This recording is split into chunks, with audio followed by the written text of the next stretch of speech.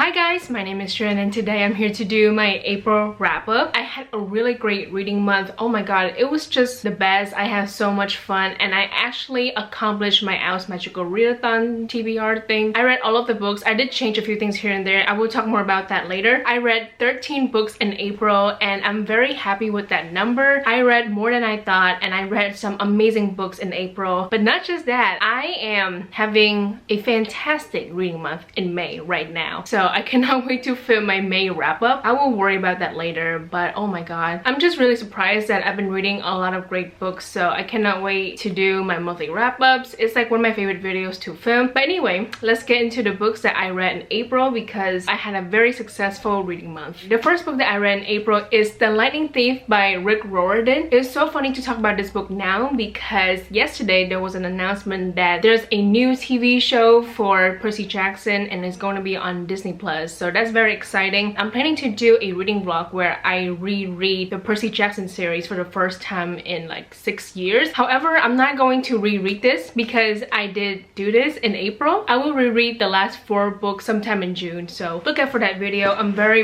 excited to do that. But anyway, I reread the first book in April and I really enjoy it. I'm so glad to go back to this world because I really miss it. If you don't know, this book follows Percy Jackson and in the first book he is 12 years old. He is a demigod, so that basically means that one of his parents is a god, a Greek god. Meanwhile, the other parent is just a regular human being. So he was raised by his mother Sally for 12 years obviously, and then of course in the beginning of this book there are demons.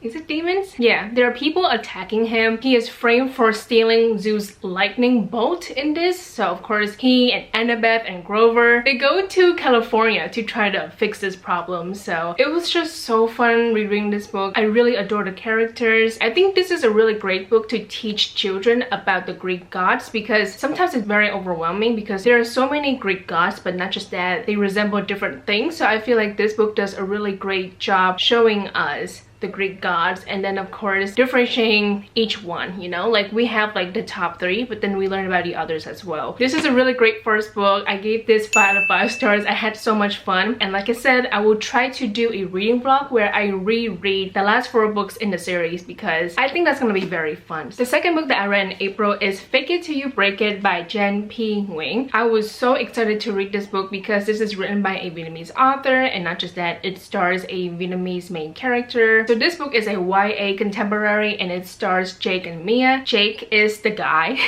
and Mia is the girl, and Mia is actually Vietnamese American. We have the exact same last name and everything, so that was just really strange to see. I'll talk more about the Vietnamese representation to be honest because I do have some issues with that. Jake and Mia are like friends. I'm using that term so loosely because for the longest time their moms have wanted them to be together but they don't like that, and then of course eventually they hate each other because of the pressure that they feel from their moms. So it does suck because their moms just really want them to date, which was strange to be honest because one of them is a Vietnamese mother and I know for a fact, I know that would never happen in real life. But anyway, they decide to fake date to get their moms off their backs, but then eventually they fall in love. The thing is, I don't hate this book. I don't. But I also don't love this book because I do have some issues here and there. Let's start with the things that I actually really enjoy. I love Jake.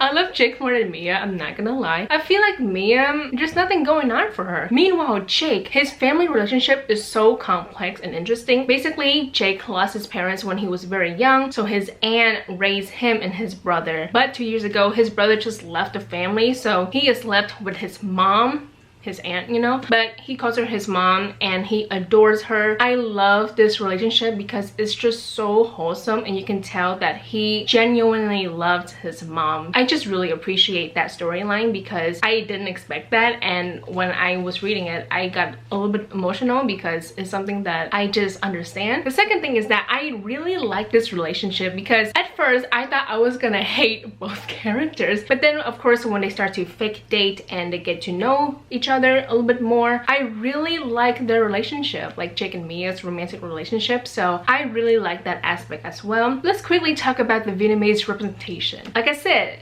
Mia is Vietnamese American. We have the exact same last name, but the problem that I have with this is that it's not really stated that she is Vietnamese American, and I feel like sometimes you don't need it to be stated to know, but there's little Vietnamese representation in this. The only thing I can think of is that in the beginning they mention chicken congee, cháo gà, which is fine. Not just that there are like a bunch of Vietnamese names. Of course, I recognize them because I am Vietnamese, but oh my god, there is no explanation that these names are Vietnamese. Sometimes I think to myself, like, if anyone who is not Vietnamese, if they read this book, will they actually understand that these people are Vietnamese and these are Vietnamese names, and of course our main character is Vietnamese? Because the thing is, sometimes I forget that she is Vietnamese American, and that's crazy to me because we have the exact same last name. Sadly, I don't really like the Vietnamese representation. I just don't think it's good. I don't even feel represented, and like I said, we have the exact same last name, so it's just really crazy. But not just that, let's talk about the fact that her Vietnamese ass mother really wants her to date this boy since they were 5 years old.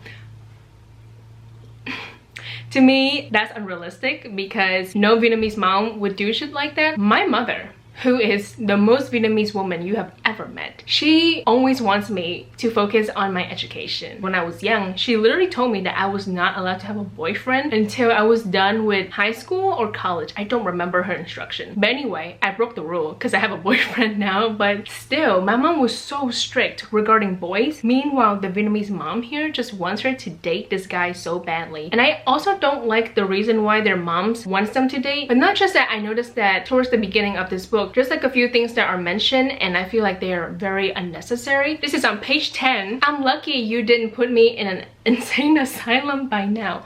Why? So yeah, there's like a few parts where I'm like, was this necessary? I feel like no one would be that insensitive in real life. That part kind of bothered me. Just like a few parts that just didn't sit right with my spirit. The ending is a little bit rushed. The writing isn't the best, but still, I enjoy it for what it is. I was really shocked that I start to enjoy this book, and I'm glad I did, because the last thing I want to do is hate this book. At the end of the day, I gave this book 3 out of 5 stars. The third book that I read in April is Kafka on the Shore by Haruki Murakami. I read this book for a reading vlog called I Read My Boyfriend's Favorite Book of All Time, and I will have that video linked down in the description box below, but then also in the cards. I'm not going to talk much about this book because, like I said, I have an entire video dedicated to this book. However, I will tell you the trigger warnings because it's a lot. Cheating, beating, killing cats, killing, rape, and incest. So this book is very weird because it's magical realism, so like a lot of weird shit happens in this book. So it stars 2 main characters. One is Kafka and one is Mr. Nakata. Kafka is a 15-year-old boy, and in the beginning of this book, he runs away from his home because he's trying to find his long-lost mother and sister. Meanwhile, Mr. Nakata is a 60-year-old man and he can talk to cats. That's all I can say. Like I said, this book is really weird. I have an entire video dedicated to this book, so I highly recommend watching that video to hear about my opinions and such. And also that video is like so cute because my boyfriend's in there and I love him very much. Also, I forgot to say that I gave this book 3.5 out of 5 stars. The fourth book that I read in April is The Wicked King by Holly Black. So this book is the second book of the Folk of the Air trilogy. I read The Cruel Prince back in March. It was so freaking good. Like, I really adore the first book. So of course, I'm so happy that I have this book in my collection and I just read it immediately. If you don't know, the first book follows 2 main characters named Carden and Jude. Carden is the prince of the king, and then Jude is basically a human girl who lives in the fairy world, and people treat her horribly because she is a human. Basically, fairies just hate humans because they are considered weak. So this book is the sequel and I really enjoy it. Honestly, I have a hard time deciding if I like this book more than The Cruel Prince. I feel like I like them both equally, but for different reasons. I honestly adore the characters. I love learning about the politics because it's just so complex and intriguing. I cannot wait to continue with the last book of this trilogy. I'm so hesitant to read the final book because I've heard mixed things about it. Like, I've heard really amazing things about the Queen of Nothing, but I also hear a lot of negative things about the Queen of Nothing, so I'm scared, but still I'm very excited to read the last book. For this book, I gave it a 5 out of 5 stars because I'm a little bitch. I feel like it doesn't deserve it, but at the end, I gave it 5 out of 5 stars because I'm like, you know what? It feels right. Don't look too closely to my star rating system because it's flawed. The 5th book that I read in April is Wicked Heart by Lisa Raven. So this book is the final book of a trilogy. I forgot what it's called. I think it's called Star-Crossed. But basically the first 2 books follow this couple. But this book follows the sister of the guy from the first 2 books. Anyway, with this book we follow different characters and everything. So the main character, her name is Alyssa. She fell in love with this guy named Liam 6 years ago. But of course Liam, he went to Hollywood, he made it big, he's an actor, and then of course eventually he got engaged to this woman named Angel. In the present timeline, Alyssa is a stage manager for this Broadway show. Liam and his fiance are the 2 new stars of this Broadway show, and of course they have to work together, but no one really knows about Liam and Alyssa and how they fell in love 6 years ago. It's about that. It's very complicated because Alyssa and Liam are still in love, but he's engaged. It's a whole mess. I will say, it's not really cheating. It's so complicated, but let me tell you, it's not cheating. So if you're like, I want to read that book, but it has cheating in it, so I'm not going to. It doesn't have cheating, I will say that. But it doesn't mean that it's not annoying. Liam, sometimes I like him, but sometimes he can be so annoying because he keeps baiting Alyssa to like do stuff with him, but at the same time it's like, dude, you have a fiance. Like, that part was kind of annoying. And of course it's just so complicated. That's literally the summary for this book. It's complicated. I really enjoyed the sex scenes. I kind of like the history between the 2 main characters. Now, when it comes to the things that I noticed about this book, oh my god. In the beginning, the author spends paragraphs describing Alyssa, Liam, Angel. She really spends a lot of time describing our white main characters. Basically, there is a girl who is African American. The way she is described is literally insulting, okay? I was so mad when I got to that part. So this is on page 13. Right at the beginning, okay? Liam and Angel are walking into the building, and of course everyone in this Broadway show, they're trying to say hi, and Liam, like I said, is very handsome. On page 13, Marco smiles and shakes their hands. Delighted to meet you both in person. Welcome. Mary points to the quivering black girl by the windows. Over there is our production intern, Denise. The issue that I have is a girl who is, like I said, black. She is described as the quivering black girl by the windows. That's it. We didn't go in depth with her skin tone, with her hair, her eye color, her physique.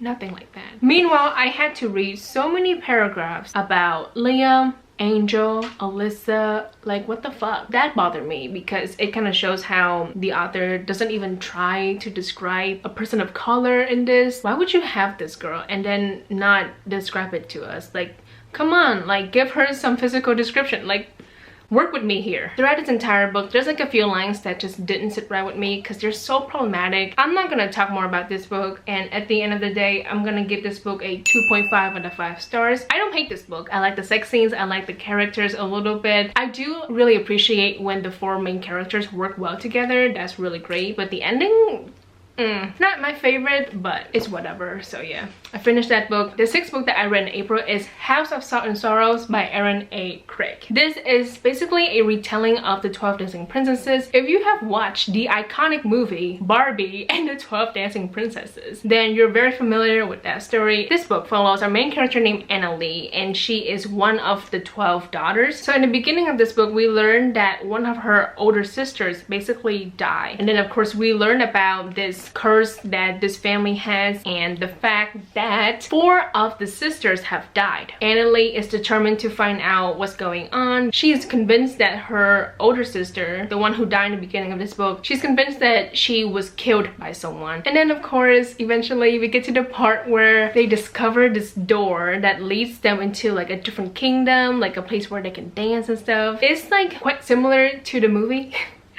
but much different because this book is so dark. I feel like this is perfect for Halloween because oh my god, this book terrifies me. I would read this book late at night listening to the audiobook, which is my biggest mistake because I was scared. So I really love the atmosphere in this book. It's so dark and scary. Oh my god, like I said, I was terrified. And then of course I really adore the characters. Well, some of them I really like the love interest. I find him very charming. And then of course learning about this curse and the villain, all these things, it's just really interesting. But I also have problems with this book. The thing that I have noticed is that there's so many characters. Like I said, there are 8 girls, and I kid you not, I cannot name all of them, okay? I can name the main character and her older sister Camille, and then the youngest one Verity. I don't know the rest because they feel so similar. Like there's nothing really different between them, and I'm sure there are if you pay close attention, but it was just hard to differentiate the girls. So eventually I get them all mixed up because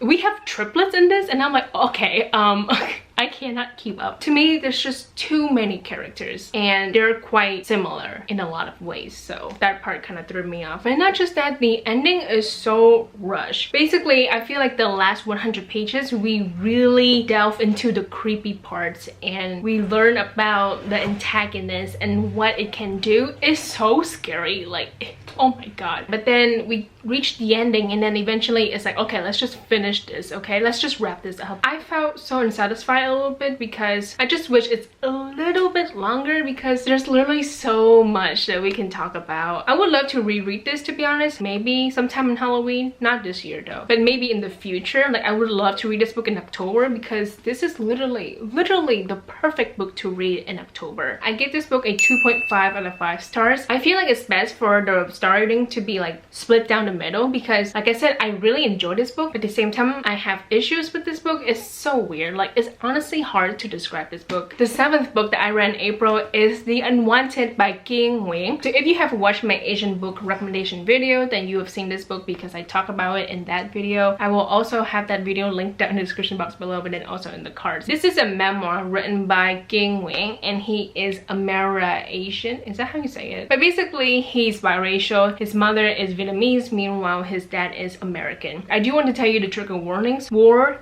death, racism, anti-black racism, murder, abortion, sexual violence, rape, dog murder, and then forced prostitution of a minor. So this took place from 1972 to 1985 in Vietnam. In the beginning of this book, the author and his family, they were really rich. His mom had connections to people in America, and then like they had a mansion and everything. But then of course when the Vietnam War ended, when Saigon fell, they lost everything. They lost their money, their house, literally everything. They became really poor, and it's just about King Wing's experience in Vietnam after the war has ended. Oh my god, this book was so painful to read because this took place in Vietnam and I get to see how horrible Vietnamese people can be. So like I said, the author is biracial. Vietnamese people treated him horribly because of that. Sometimes it was just so hard to read. There were multiple times where I just did not want to continue reading this book because it was so painful. I'm going to tell you 2 instances. The first one is that his dog was murdered. Be careful because it's very explicit. It's so painful. The second thing that happened to him is that he was raped by his mom's ex-boyfriend. It's very explicit. It's really painful. Like I said, this book is just painful overall because this is about the Vietnam War and how it affected so many people in Vietnam. I feel like the only critique that I have is how cringy the dialogue can be because I know for a fact that people in Vietnam, they spoke in Vietnamese, and I'm pretty sure the author can speak in Vietnamese. So when translating to English, I think literally it sounds so different, and sometimes, like I said, it can be cringy. It's really hard to explain because I think it's about the translation, but I'm not going to hold a big grudge because this book means so much to me. I feel like if you're a Vietnamese American, you need to read this book to just understand how awful the war can be. I'm really glad I finished this book, and of course I gave this a 4.5 out of 5 stars, I'm pretty sure. Yeah, I feel like I didn't give it like a full 5 just because of the damn dialogue, because sometimes I'm like,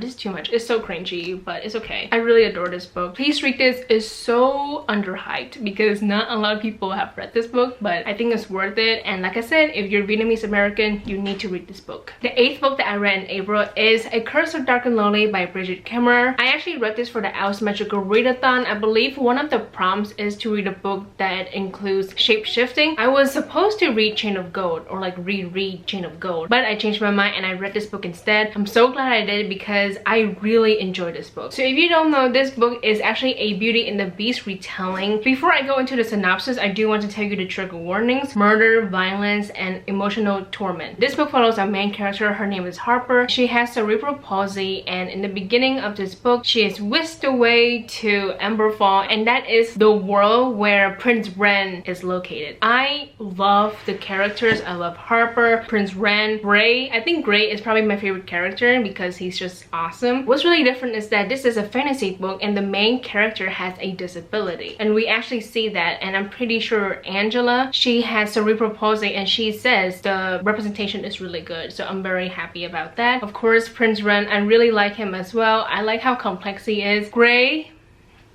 my favorite. He is a commander and I adore him because he's like a soft boy, but then also he's a badass. So he kills people, but there's like a few moments where he's like playing with the children and he makes funny faces to cheer them up. Oh my god, I love him so much. He's really my favorite, okay? Like, I cannot stop gushing about Gray. As for the plot, I really like the fact that the stakes are so high for both characters. So for Harper, her mother has cancer and she can die at any moment. So of course, the fact that Harper is in this land and she cannot go back to Washington DC, she is devastated because she knows that her mom might die in any second and she cannot do anything about it. Prince Ren, on the other hand, his kingdom is about to be conquered by another kingdom. There's like a lot of talks about the fact that the royal family is gone and of course everyone is suffering. I just really like that because it's so complicated and like I feel bad for like so many characters in this book. But yeah, I just really adore this book. I love the characters and the relationship. I think that part really stands out to me and I cannot wait to read the sequel. It's out already. I just need to get my own copy because I do like to annotate my books. So I gave this book 5 out of 5 stars. I loved it so much and like I said, I cannot wait to continue with the series because it's so fun and I love Gray. The 9th book that I read in April is Wild Embers, Poems of Rebellion, Fire and Beauty by Nikita Gill. This book is about feminism and how women are being mistreated in a lot of cultures. So the thing about poetry books these days is that I'm not really a poetry person anymore. And that's a damn shame because I feel like 4 years ago, I loved poetry. I read quite a lot of poetry books, but nowadays I don't read a lot. And then after reading this one, I'm just like, you know what? I'm gonna take a break from poetry books because I find that it's just not for me anymore. This book is like nice, but it's not my favorite. It's just like okay. The poems are not really poetic and the message, it's just something that I've already known because I educate myself on these topics. So when I read them again, there's like a few times where I'm like, okay, that's really good. But overall, I'm just like, I already know these things. I don't like them being repeated back to me, you know? So that's just me being picky. I gave this a 3 out of 5 stars because like I said, it's just like okay for me. But since I annotate this book, I'm gonna keep it because no one wants my annotated copies. The 10th book that I read is Monstrous. This is volume 1 and the authors are Marjorie Liu and Sana Takeda. I read this for the Alice Magical Readathon and the thing is I changed a certain book. So one of the prompts is to read a book with like a witch. So I was supposed to read Serpent and Dove. It's like right here, you can't even see it, but I was supposed to read Serpent and Dove. But after reading so many books, I just did not want to read a 500-page book. So I decided to just read this, and the thing is, witch is not really in here. When I was reading this, I saw the word witch nun. Is that it? Witch nun? Yeah, I don't know. I saw the word witch, and I'm like, perfect. So I switched the books immediately. So I read this for the Alice Magical Readathon. I do want to tell you the trigger warnings for this comic book: war, murder, cannibalism, and animal murder. So this book follows a main character. Her name is Micah Halfwolf, and basically in the beginning she was a slave. She was sold to this woman, but then she breaks out and then she escapes with this cutie right here. Her name is Kippa. Oh my god, the best character right here. But basically they're on the run. So many people are hunting the main character because she steals this item and turns out it's very powerful. I do want to let you know that the illustrations are literally beautiful. Like, this is fantastic in my opinion. It's just so pretty. Like, every time I turn a page, I just have to stop and look at everything. However, the plot is so complex, but not just that, there's so many different races in this world. There's so much information, but I feel like they're not explained well. I had a hard time reading this book and I have a hard time enjoying it. I'm not gonna lie. I think I will try to continue with this series because I think it will get better. I could be wrong, but I will try to continue with this series because I really love the illustrations. I think they are beautiful. Okay, I gave this a 3.5 out of 5 stars. I feel like if the different groups of characters are explained better, then I would have definitely loved this book, but it was just too much for me. But Kafka is cute, so it was worth it. And now the last 3 books are all in one series. Of course, it is Saga by Brian K. Vaughan and Fiona Staples. I read the first 3 volumes in April, and actually you will see a video dedicated to this comic book series sometime in May. Now, you must know that this comic book series is very graphic and very explicit. So of course we have war, violence, murder, nudity. You literally see people's private parts. I want to let everyone know that this comic book series is really graphic. In the beginning of the first volume, we follow our main characters Marco and Elena. They give birth to a baby girl. Her name is Hazel, but you must know that everyone wants them dead because they're from different places and those 2 places are at war. So they're not supposed to be together because they're supposed to be enemies, and of course once the words have come out that they are together, people want them dead. Like, so many people want them dead, so they have a lot of people trying to kill them. The first volume is really good. Honestly, I enjoy it because it sets up the story. Like, we're introduced to the characters and the problem and the different people who want to kill them. So I gave the first volume 4 out of 5 stars. And then for the second volume, I really enjoy it. We get to learn about our main characters and like their heritage and what happened to them when they were young. So I gave the second volume 4 out of 5 stars. The third volume, on the other hand, is one of my favorites. I love this one so much. I gave this 5 out of 5 stars and I just had so much fun reading this one. We're introduced to more characters. I feel weird talking about this, especially the sequel, because there's not much I can say. I don't want to spoil anyone, but I really adore this comic book series. And like I said, I'm planning to do a video dedicated to all 9 volumes because right now there are only 9 volumes. The authors are on hiatus, but I need them to be back because I need the new volume, okay? I need the 10th one. So those are all of the books that I read in April. Like I said, I had a really great reading month. I read so many books and I had so much fun reading all of these books. I cannot wait to do my May wrap up, which is really crazy. The month is not even over, but I have read some amazing books in May, and of course I cannot wait to talk about them in the next monthly wrap up video. So that is it for today's video. I hope you guys enjoy it. Thank you so much for watching. Please like and subscribe for more videos, and I will see you guys later. Goodbye.